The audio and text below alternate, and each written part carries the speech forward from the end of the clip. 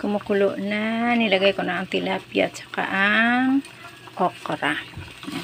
Antayin ko na lang na lumambot yung okra. Saka ilalagay ang aking dahon ng saluyot. Pero pwede ko na rin ilagay para ayan siya. Ayan. Yan ang aking luto-lutuan, bahay-bahayan.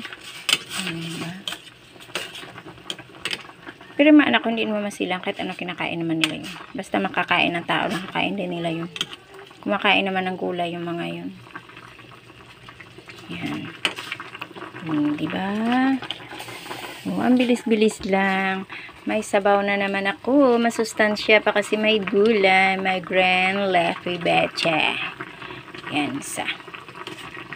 Okay. Kain na tayong tanghalian kasi nagugutom na kasama na to ang aking almusal.